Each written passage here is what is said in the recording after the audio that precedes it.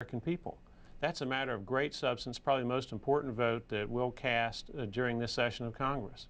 The process is wrong. It's not doing the people's business in the right way. We should have had more time so that the public could better understand what's in the legislation, so that experts would have a chance to read it, budget experts, and get back to us so we can make more informed decisions. So you got the process initially, then you've got the substance of it.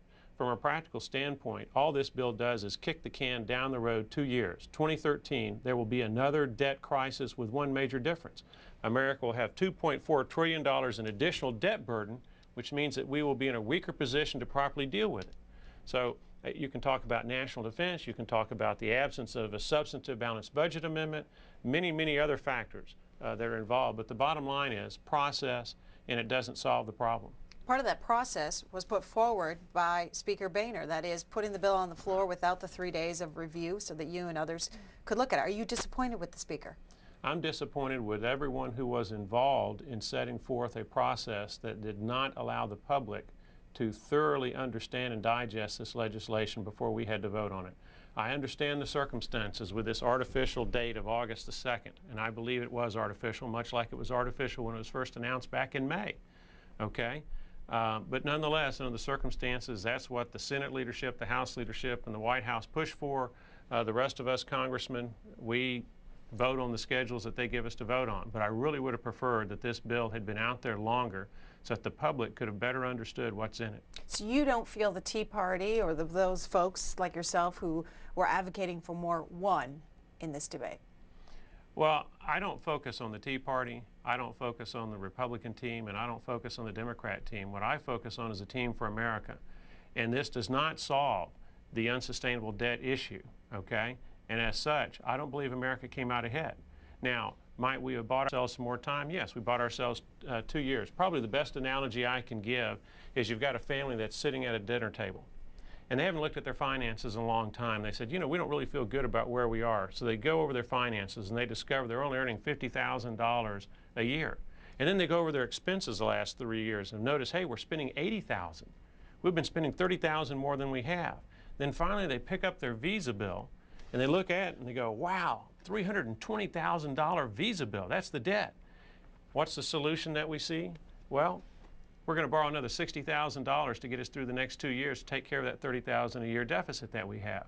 That's not the way to solve it. You have to cut spending, or else you have to work harder and generate more income, but you don't borrow an additional $60,000 to pay that $30,000 a year gap. Then you get a Visa bill that's $380,000. Well, sooner or later that Visa bill is going to put you into bankruptcy. No difference with the federal government. And those numbers I give you, they correspond to that $14.5 trillion deficit. They correspond to the $3.5 trillion expenditures on an annual basis and the $2+ trillion revenues on an annual basis. Given all that you just said and the final outcome, this debt deal goes forward without your vote, but it does go forward.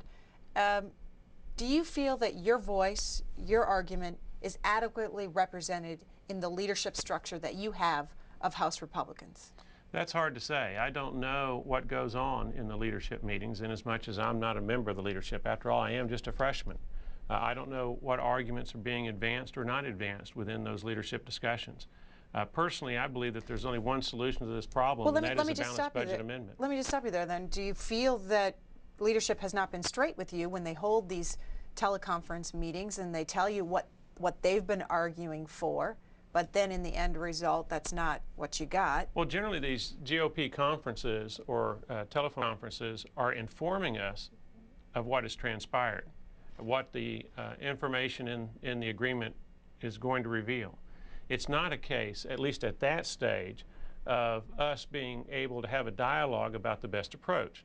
Now, there are other listening sessions, is what they're called, in Kevin McCarthy's office, where we do have greater dialogue. But even at that, when you have so many congressmen, 242 Republicans and 3 principal leaders with John Boehner and Kevin McCarthy and Eric Cantor, it is difficult to have the kind of public policy discussion that is necessary to get into the depths of the issues to come up with the soundest solutions. So do you want to see new leadership?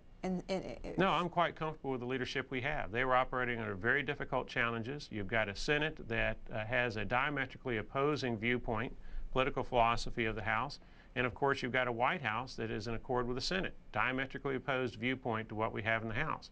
So they were under very difficult circumstances. They felt it was more important to work out an arrangement with the Senate and the White House. Personally, I would have preferred that we had a solution to the problem. All right, let's go to Veronica, a Democrat who's been waiting to talk to you in Slidell, Louisiana. Veronica, you're on the air with Congressman Mo Brooks. I have a question. I really would like to know, where were all of these Republicans and Tea Party people when the Republicans ran up the deficit? They are the ones, they're the reason that we're in this situation. The economy, I'm reading the paper now where Dick Cheney argued that Reagan proved deficits don't matter and used that argument to help run up this deficit. Okay, let's take that last point about saying that deficits don't matter. I really want to talk about who was running them up. If you look at the 6 years in which the White House and the United States Congress were controlled by Republicans from 2001 to 2007, they did a poor job. They averaged $300 million a year in deficits. Of course, part of that was fighting two wars, Afghanistan and Iraq, which resulted from what happened on 9/11. But $300 billion a year deficits on average is pretty poor. But let's look at what happened since Nancy Pelosi became House Speaker and Harry Reid became United States Senate Majority Leader, January 2007. The next 4 years, we averaged $1.2 trillion deficits when the Democrats were in control of the House, and then on the last 2 years when the Democrats also controlled the United States White House, okay?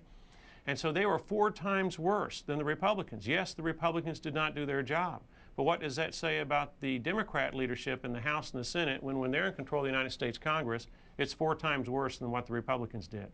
You know, I disagree with both of them. We have to have sound fiscal management, but there's a huge gap between the two parties. But even under the best circumstances, the Republicans were not doing as well as they should have. Here's a tweet from Fives a Handful, who says Tea Party will be concentrating efforts for fiscal responsibility 2012 budget. Will House stay strong against Democratic plans? From what I've seen so far, we have not been as strong as we need to be. Strong is a relative term.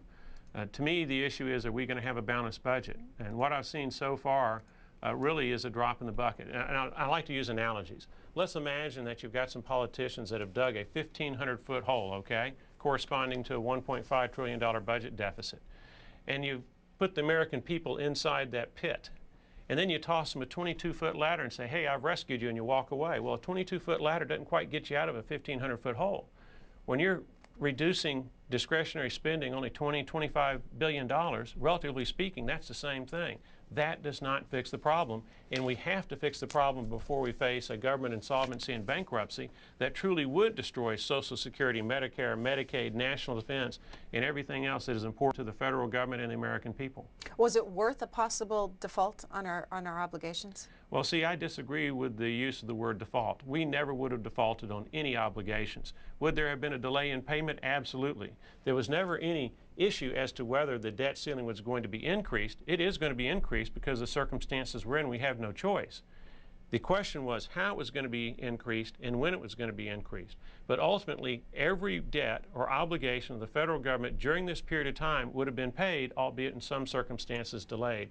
Particularly with respect to our creditors, I believe our creditors would have all been timely paid, so that there would have been no default with respect to our creditors. As things stand now, in my judgment, since we have put us at greater risk of a federal government insolvency and bankruptcy, since we've put that $14.5 trillion at risk of not ever getting paid back because of that insolvency and bankruptcy, I think that we've increased the likelihood that you'll see a drop in our credit rating.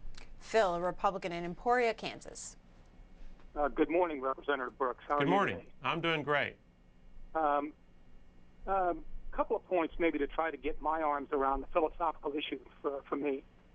I grew up as a Democrat. I'm a lapsed Democrat now. I grew up in Massachusetts, where it's pretty much against the law to be a Republican. My sympathies. But you know, as I've listened to this thing, for instance, I read a progressive writer yesterday, and one of the things he said is, well, you know, there's good debt.